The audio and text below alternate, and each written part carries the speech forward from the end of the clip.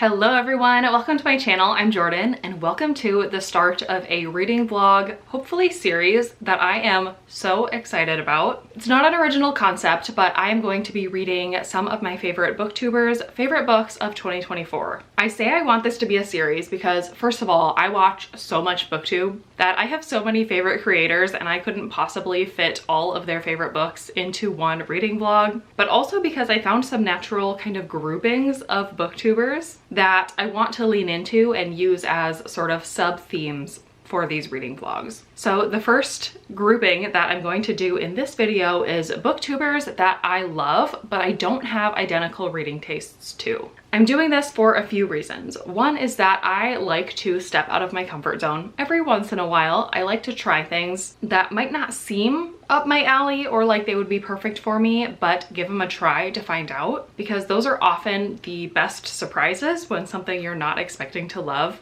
ends up being something you love. But secondly, in the same breath, I am going to choose books for these videos that I think I'm going to have a good chance of enjoying. So while they might be a little bit outside of my comfort zone or they're coming recommended by somebody I don't always perfectly align with, 2025 is going to be the year of reading books for me, reading books that I think I have a chance of loving and enjoying. I am not going to read books only for a challenge or a vlog that I think I'm going to hate. So I guess I'm kind of going for a little bit of a balance between those two ideas. A little bit outside of my comfort zone, but ultimately I think I'm going to enjoy it, or I have a chance of enjoying it. You'll see how that comes into play. So let's talk about the 4 booktubers that I am featuring in this video that I chose favorites from. I am totally going to use this as an excuse to gush over these booktubers because, again, even though my tastes don't align with them, I absolutely love watching them. And so if you're not following any of these people, you should be. So first up is one of my book besties. We've got Gwen from Gwendolyn Kensinger. I love Gwen so much. She is an absolute ray of sunshine. If you watch her videos, you know this. We've been friends for a number of years. I've met her in person multiple times. I have stayed at her house. I've met her husband and her dog. I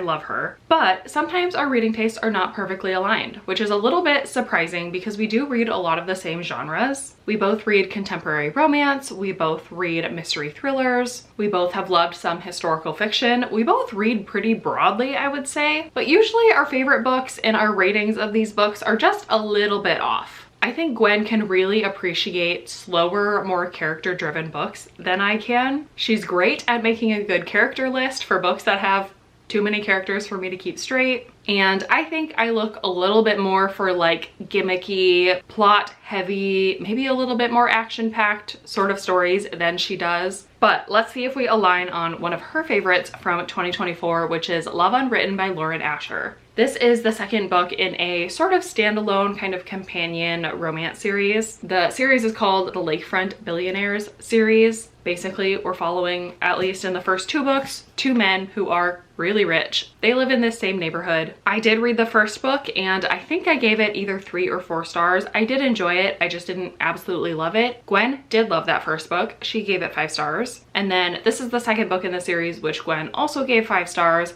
And I think I am going to like this one more than the first one because this is following a man who is a single dad. And I love romance books with children involved. A weird thing to say, but I love it. And then it's about his romance with his son's nanny, which I don't think is as weird as it sounds. We'll find out how the dynamic is in this book, but Lauren Asher is pretty known for her long, very deep and emotional romances that also have a little bit of spice in them. Again, I've enjoyed them, all of the ones that I've read. I just haven't found the one that I absolutely love yet, but I think this one could be the winner. So this is the first book that I will be trying for this video. And next on the docket, we've got another one of my besties. No, that's not what this whole video is, but I had to also include Jessie from Reading with Jess because, again, I love her. I love watching her videos, and we do, again, read a lot of the same genres and books, but I wouldn't say that we have a super similar reading taste. Jessie, in my opinion, values entertainment. She is, first of all, hilarious herself. But I think she also gravitates towards books that really pack a punch when it comes to their twists and turns, with how much they keep her attention, and just in general, if the book is not packed with entertainment, Jessie doesn't want it. And there was one book on her favorites list that I already own and I knew I wanted to read, and I'm curious to find out if we have the same opinion on, and it's This Summer Will Be Different by Carly Fortune. This is a contemporary romance. It's obviously set during the summertime, but I will be reading it in the winter, hopefully channeling some of those warm weather vibes to bring to me up here in cold North Dakota.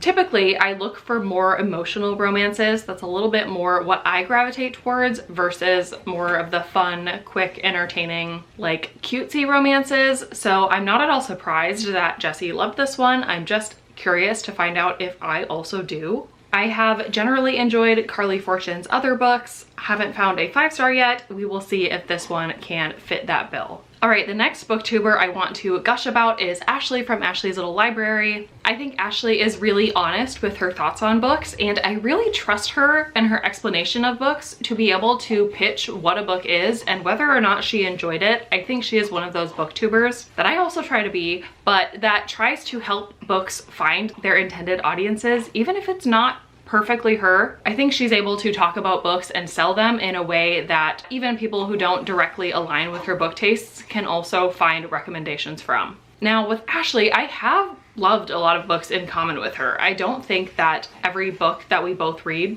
we differ a lot from, but I do think she reads genres, specifically horror, that I don't read a lot of, and that makes up a lot of her reading. So that's why I think we don't perfectly align, is because I do think she appreciates horror and a little bit more like speculative nature in books than I personally gravitate towards. The book off of her favorites that I want to read is A Quantum Love Story by Mike Chen. This one has been on my radar for a while. I downloaded it as a Libro ALC a number of months ago because the synopsis sounded interesting to me, but I never picked it up because, to be honest, I never really heard anyone talking about it, and it just never worked its way onto one of my TBRs. And as soon as I saw it on Ashley's favorites list, I was like, that's perfect. I want to read that book. This is a sci-fi romance about these two characters who are stuck in a time loop together. And it was a little bit of a surprise seeing that type of book on Ashley's favorites list. But at the same time, I do know she appreciates a good romance. So I'm excited to see how this one aligns with my personal tastes.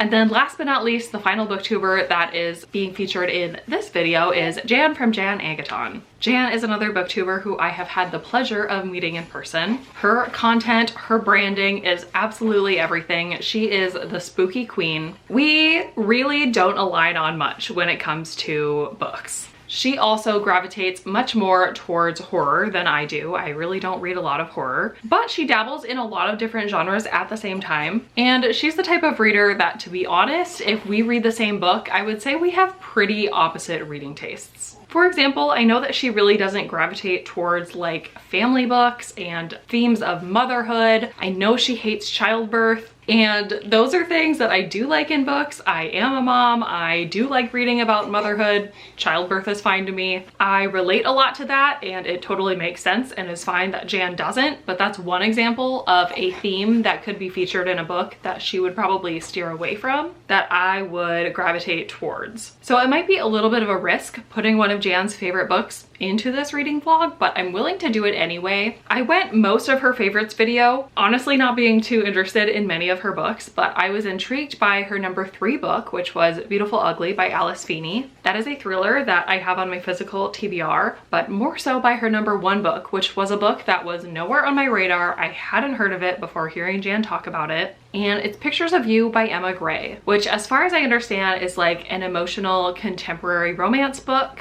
When I heard Jan talking about it, it didn't totally feel like a book that Jan would love, but I'm glad that she loved it. And the way she was so passionate about it, the way she described it, it totally sounds like a book that I will love. So we'll see if that is the case. Very excited to find out. This could be a huge mistake. It could be a book that I hate, but I'm hoping it is the miracle type of book that unites me and Jan, even though we have very dissimilar reading tastes, and is a book not previously on my radar, but I end up loving. We will see. So with that, let's go ahead and get into the reading vlog. I will check in after I've finished each of these books to let you know my thoughts, describe the synopses and the stories a little bit more, and fingers crossed we start out 2025 with a successful reading vlog and maybe some new favorites. Okay, I have my first reading update For this vlog, I read my first book of 2025 and I went with Love Unwritten by Lauren Asher, which of course is one of my best friend Gwen's favorite books of last year. And I was, first of all, not at all surprised to see this on her favorites list. I knew that she loved this at the time of reading it, and also the first book in this series was one of her favorite reads of that year as well. And because I have also read the first book in this series, I was also expecting myself to enjoy this second book. I also was hoping and expecting to enjoy it even more than the first book because of the tropes that this book contains and also what I heard Gwen say about this book. The romance in this book is between two characters. One is a single father. He has a son who I'm actually not even sure how old the son is. My guess is like between 8 and 12 or something like that. Maybe a little bit younger, but there are definitely points in this book where he feels pretty mature. And maybe that's also partially because he actually has a macular degenerative disease that is slowly taking away his eyesight. The son does. So the dad is a very grumpy man. Understandably so. He's been going through a lot with his separation from his former wife, all of his son's medical struggles. And also throughout this book, we find out that he had a pretty traumatic childhood and he's brought a lot of that trauma into his adulthood. So he's a pretty grumpy, broody, complex character. And then this book is about his romance with actually his son's nanny, who he also went to high school with, so they have known each other for a really long time. She is also a musician, and her whole thing is that she used to be friends with this girl who they wrote songs together, and I guess that girl she was friends with ended up becoming huge, like a huge pop star, and she took credit for writing a song that our female main character actually wrote. And then they had a big falling out, they're no longer friends, and now this main character harbors a lot of resentment over what happened. Also can't get away from it because she's such a huge pop star, but she's struggling with kind of wondering where her life is going. She's currently a nanny to this boy, but she's not sure if that's what she wants to do for the rest of her life. And through this book, she kind of finds her love for music again. She also has a pretty traumatic childhood, so she works through a lot of those issues. As you can tell, this book has a lot going on. These characters have a lot going on, and it's a very emotional, deep story, which is something I love. I love emotional romances, and I feel like this one is even more emotional than that first book was. I also really tend to like romances where one or both of the main characters have children, which obviously, like I said, this one has. And I like friends to lovers or situations where the two main characters falling in love have a lot of history together, which, like I said, because they went to high school together, these two characters have. So it's all the ingredients to make for a book that I just absolutely love. And I'm holding the suspense. Like I said, this is my first read of 2025, and I was hoping and wishing that it was going to be 5 stars so that I could kick off this year with a 5-star book and I can completely kick my former 5-star drought to the curb from 2024. I want so badly to tell you that this was 5 stars. I think it's just not quite there. It's 4 stars from me. It's a very strong 4 stars. I enjoyed all of the things about this that I should enjoy. All of those things I typically enjoy about contemporary romance, they're all in here. The things that are holding me back is that, one, this is a very long book, and I don't know, Lauren Asher's books, all of them are so long, and I don't feel like they need to be quite that long. There were parts of the story that I really didn't care so much for, specifically the female main character's whole musical storyline, her journey that she goes on. I did not care for that nearly as much as I cared for her relationship, and her relationship not only with Raphael the dad, but also the son. I kind of wish it was only that and she didn't have her whole music side plot. And also because of some of those elements, I felt like the second half of this book and the ending of this book was not as emotional as I would have liked. Maybe I'm looking for more drama than Lauren Asher wants to inflict on her characters, but specifically, again, that storyline with the son and his vision, I was kind of expecting that to be even more of a focus of the book as a whole, and it wasn't. There are definitely parts of the book that do focus on it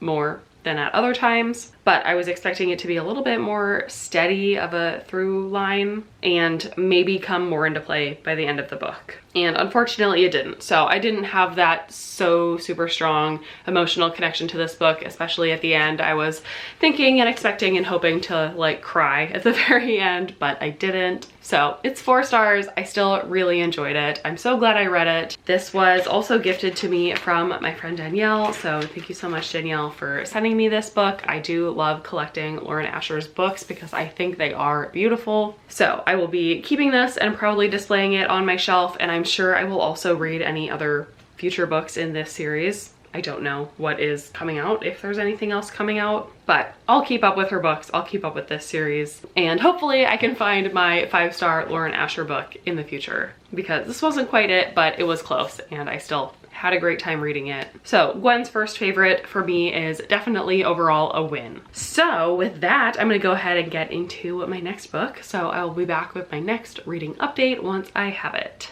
Okay, my friends, I am back with my next reading update. I finished my next book. I finished This Summer Will Be Different by Carly Fortune. This was on my friend Jesse's favorite books of the year list, but obviously I'm holding a physical copy. I did already own this and have it on my physical TBR, so it has been a book that I've been interested in reading otherwise, because at this point I've read all of Carly Fortune's books. She writes contemporary romance that are kind of in that like new adult age range. At least her previous ones were. This one is a little bit more firmly adult. I believe our main character is almost 30, and all of Carly Fortune's books are set like in the summertime next to a lake or a beach or some dreamy vacation-y spot, which is fun to read about. I think readers either like to read that in the summer so that they can relate to what's going on, or some readers like me like to read that in the winter, especially if we live in cold climates, because it gives us like the escapism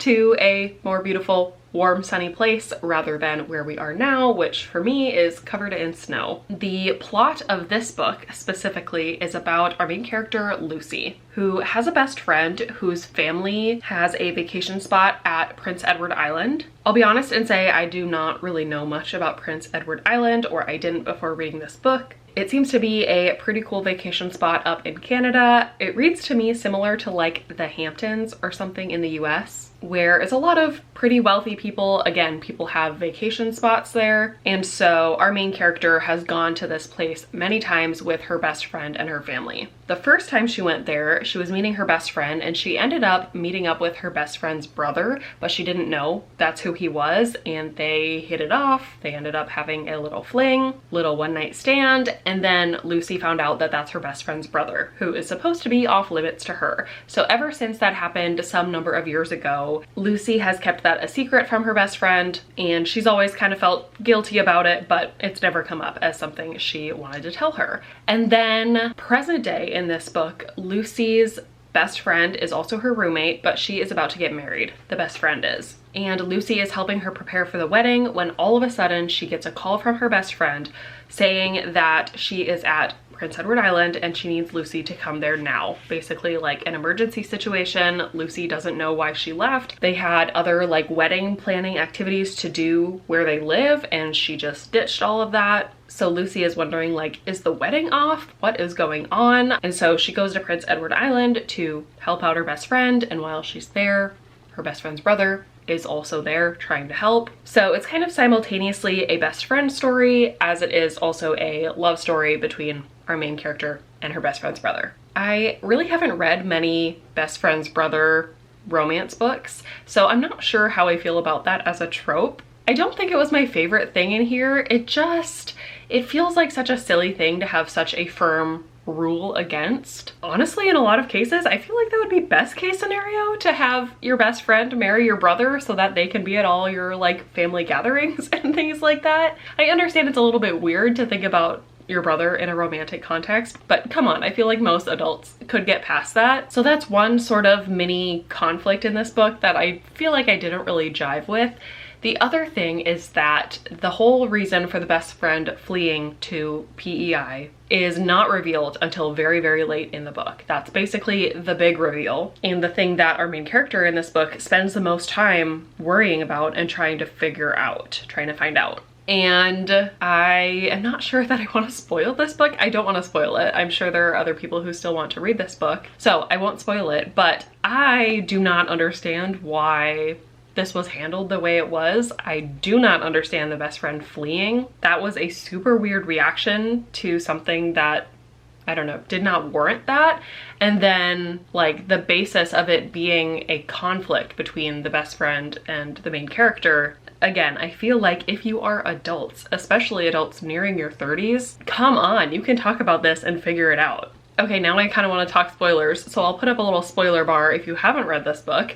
Go ahead and skip past it, but if you have read this book or you have no interest, the big secret is that the best friend's fiance got a job in Australia. So they are moving from Canada to Australia. And on one hand, yes, that is a huge move. I can see why that would be really sad for this best friend pair and hard to overcome, especially this main character does seem a little bit codependent or dependent on her best friend. But you are almost 30 and you're living in the 21st century where like moving far away from best friends is not an insurmountable challenge. It's definitely not one that you need to like completely flee your life and have a meltdown about. I know that people have anxiety attacks and meltdowns over all kinds of things, but it didn't seem to match the best friend's characterization. She seemed much more mature and put together than that. And it's a short-term move, and that's a very real thing you have to go through as an adult, or many people do go through, is navigating different relocations and figuring out basically how you're going to live your life as a married person. If you're planning on having a family someday, you start to have to make decisions like that about where you're gonna live for yourself and for your family, what's best for you outside of like your best friendships. That's super real, and again, I just feel like it was completely blown out of proportion in this book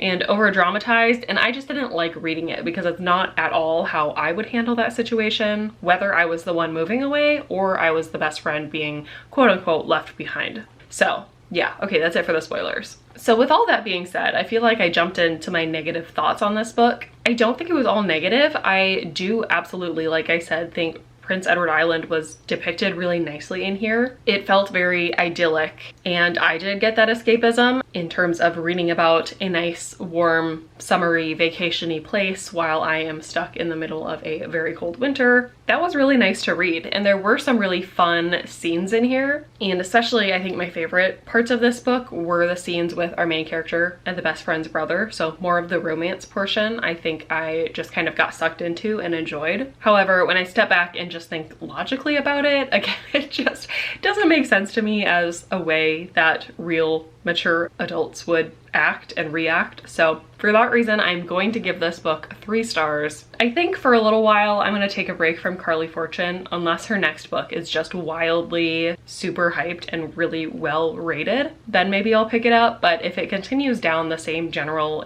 path and trend that her first 3 books have, I don't think I would consider them must-reads at this point. They are so beautiful. I love Carly Fortune's covers so much, but it's gonna take a pretty special pitch and series of reviews for me to pick up future books from her, I think. Not because I hate them, I don't want to waste time with like mediocre books these days, especially when I can kind of predict them and see them coming at this point. And also I hope it's clear that my mediocre review of this book is not at all a slam on Jessie and her reading tastes. I'm so glad that she enjoyed it and had a fun time with it, along with the other readers who did enjoy this book. I do just think this is one that I maybe could have picked out before picking it up, that I probably wasn't going to enjoy it as much as Jessie. I don't think we have perfectly aligned reading tastes when it comes to really any genre, but also like contemporary romance. But the caveat to that is that, again, I already owned this book, so it's not Jessie's fault that I bought it and wanted to read it anyway. So yeah, all right, on to the next book. I will be back probably pretty quickly because I am already most of the way through this next book that I'm reading. So I'll be back once I finish it and can give you the next spiel.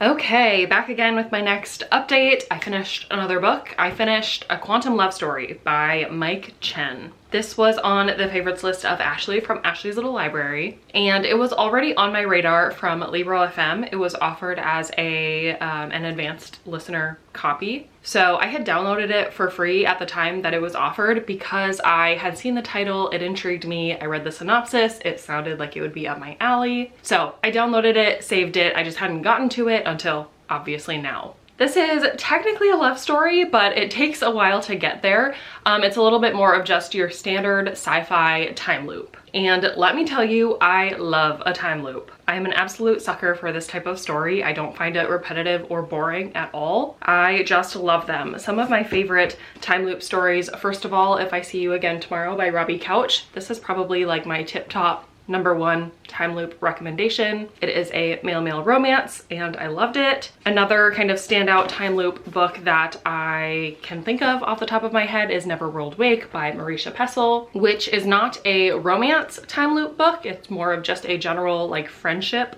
related time loop book. This is a few years old. I know it was very popular when it came out, but I haven't seen anyone talk about it in a while. So in case you also love time loop books and haven't picked this one up, it's definitely a recommendation of mine. So again, I love time loops, and this book centers a time loop. Basically, when we jump into the story, we follow this male main character who knows he's in a 4-day time loop. So he goes through 4 days of his life, and then at the end of these 4 days, something happens at the place that he works, which is like this scientific, I don't know, research center type place where he is a technician at. A piece of the equipment explodes, and then it's at that point where his loop resets. So he goes back 4 days and he's trying to figure out, obviously, how to get out of it.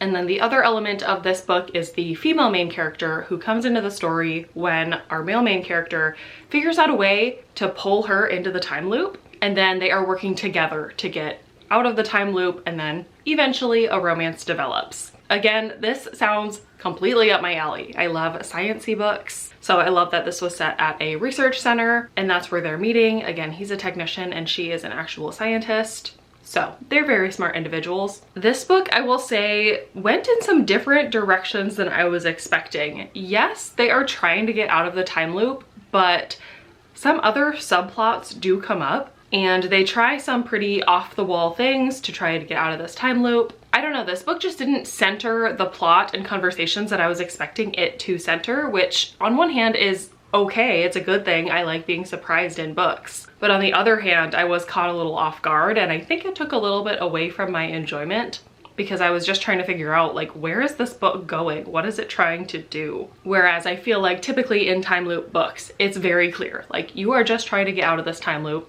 by any means necessary. Another thing that is interesting about this book is that the main focus and main perspective that we're following actually kind of shifts partway into the book, where we stop following the male main character primarily and start following the female main character. And I'm still kind of trying to figure out why that is. Like, the plot does necessitate that, but obviously the author chose to write the plot that way. But it was weird shifting from the character we meet at first, going through this experience where it's very clear to the reader, like, what he's feeling and what we should be feeling as the reader. And then I feel like the shift, I don't know, I just wasn't expecting it. So then I was like not primed to be as empathetic towards the female main character. I don't know, it was just a little bit weird. Not bad, just not what I was expecting. And then the last, I guess, thing I'll say about my thoughts are that the romance in this book, I don't know, it felt strange. Obviously, in a time loop romance, you have to suspend your disbelief. Like, this is a completely non-realistic scenario to begin with.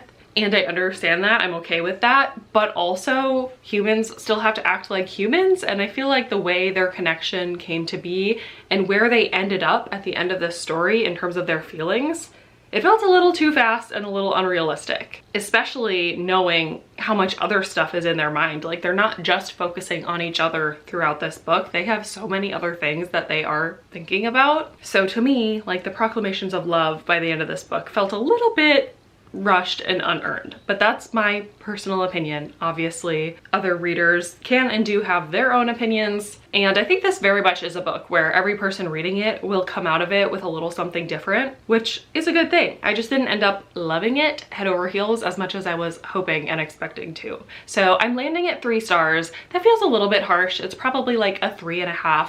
Almost 4, but I do just have so many things that I'm like, I don't know, did I like that, or did I just like that it was different? I'm not really sure fully how to feel. So I'm landing at 3 stars, but I am so glad that I finally got to this book. and that Ashley pushed me to pick it up. So not a fail at all. All right, I think I'm going to go ahead and get into probably the final book of this video. So I'll be back with that last reading update when I have it, and we can wrap up this first Booktuber favorites video. Okay, my friends, I have amazing news. I just found a completely unexpected 5-star book from this video. We are talking about Pictures of You by Emma Gray. This is so unexpected. I am so glad I read this book, and it is all thanks to Jan at Jan Agaton. I'm sure I mentioned at the beginning of this video that Jan and I really don't have that similar of reading tastes. I love Jan and I love watching her videos so much, but she reads a lot of genres that I don't read, and she also tends to have pretty much opposite opinions as me to books that we do read in common. But I watched her favorites video, of course, for 2024, and when she started talking about this book, I immediately knew that I was also going to love it. And it's a very unexpected book for Jan, in my opinion, but I'm so glad that she also loved it and raved about it so much because it prompted me to read it. So this is a contemporary, kind of a drama book. It has a little bit of a mystery element, but it's definitely not a thriller, at least in my opinion. It's just a kind of hard-hitting, emotional, contemporary book. And we follow our main character. I don't even remember her name. Okay, it's Evie. And at the start of this book, Evie wakes up in the hospital and she finds out that she has been in a car accident, and unfortunately her husband has passed away in the accident.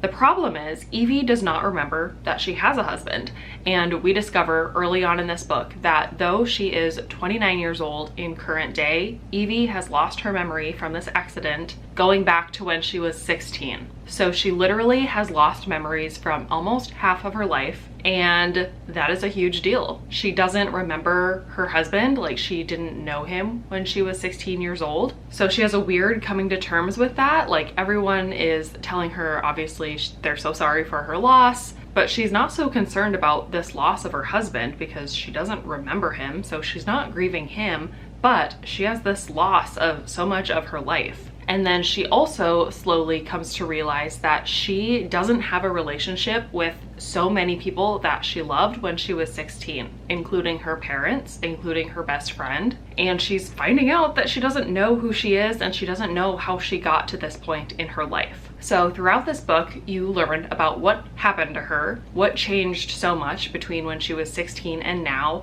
You do that through flashbacks to mostly when she was in like college, because that was a very formative time for her. And then also present day as she gets to know a character who has known her for a long period of that time. And he tries to help her kind of fill in the gaps. But this book, there are so many different sort of reveals that come out through this book. Again, it's not really a thriller, it's a little bit of a mystery because you're finding out things that you don't know at the beginning, but it's not in a suspenseful way, it's in a very emotional way. And gosh, just what Evie has gone through, it's riveting to read, it's like heartbreaking to read, and it's very much one of those books that put you in her perspective and make you think, like, what would I do if I woke up? I literally am 29 years old, so what would I do if I woke up and only had my memories through 16 years old? How different is my life right now, and what would that be like? It definitely reminded me of a couple of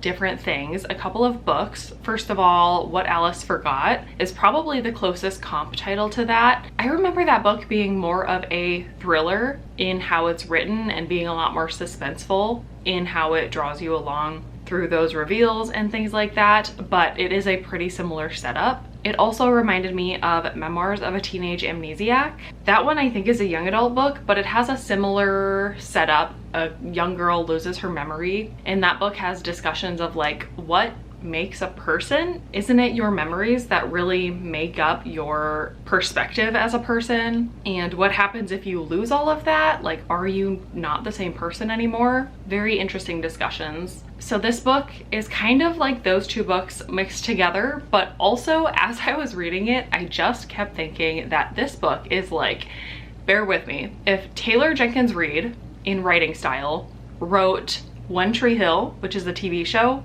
mixed with Challengers, which is a movie. And like, none of those things go together, but there are just certain elements and kind of themes that I picked up on from those pieces of media wrapped up in like a Taylor Jenkins Reid emotional feeling story. I have also seen reviews say that it reads a little bit like a Colleen Hoover book, which I'm hesitant to say because I know so many people are so adamantly against Colleen Hoover, but I've really enjoyed a lot of Colleen Hoover's more recent books, and I do agree that in the emotional elements and the readability of this book, I do see the similarities. But if that's gonna turn you off, ignore that I said that and only focus on all of the other amazing comparisons that I made. And if you enjoy any of those pieces of media, I think you should give this book a try. I will also say that this book has a number of content warnings. I wrote down the ones that I could remember, but this author did include the content warnings within the book, so feel free to check those out if you need a more exhaustive list. But I wrote down obviously amnesia, also cancer, death of a parent, death of a spouse, suicidal ideation, and domestic abuse are all prominent topics within this book. So if you're sensitive to those, then know that they are present going in. But if you can handle a very kind of dark and emotional story and you're looking for something to grip you and a story to just get swept up in, then I highly recommend this book, because that is completely what happened to me. And again, I'm so surprised. This book was nowhere on my radar. Apparently it was a book of the month pick. I think it must have been an add-on late last year, because I don't see it in the monthly picks when it came out, I think in November. But I must have skimmed the synopsis, determined it wasn't for me, and then completely wiped the book from my brain, because when Jan was talking about it, it felt like the first time I had seen this title or heard this book talked about at all. I agree with Jan that I don't really like this cover at all, and I also don't really think the title conveys really what this book is. Like, I understand after reading the book how it connects, but it doesn't feel like it's giving off the right vibe. So please just take my recommendation, take Jan's recommendation, and read this book. Clearly it spans the tastes of two typically pretty different readers, so I think it could be a winner for a lot of other people. But man, you guys, I am just so happy that I found a 5-star book through this video. I wasn't expecting to, and I'm so glad that we're starting off 2025 with a 5-star book so early. If you watched my reading stats and goals video, you'll know that 2024 was not a good year for 5-star books, and I am manifesting a better year this year. And so far, we're off to a great start. So with that, I would call this video a resounding success. I generally enjoyed everything that I read. So I'm excited to continue doing this vlog series and hopefully continuing to find favorites off of other booktubers' favorites. Let me know if there's anyone specific that you think I should include in this video, if you think we have similar tastes, or you saw a book on their favorites list that you think for some reason I would really enjoy. Otherwise, just let me know if you're excited for this vlog concept to continue. Other than that, I don't think I have anything else. So thank you so much for watching this video, and I will see you in my next one.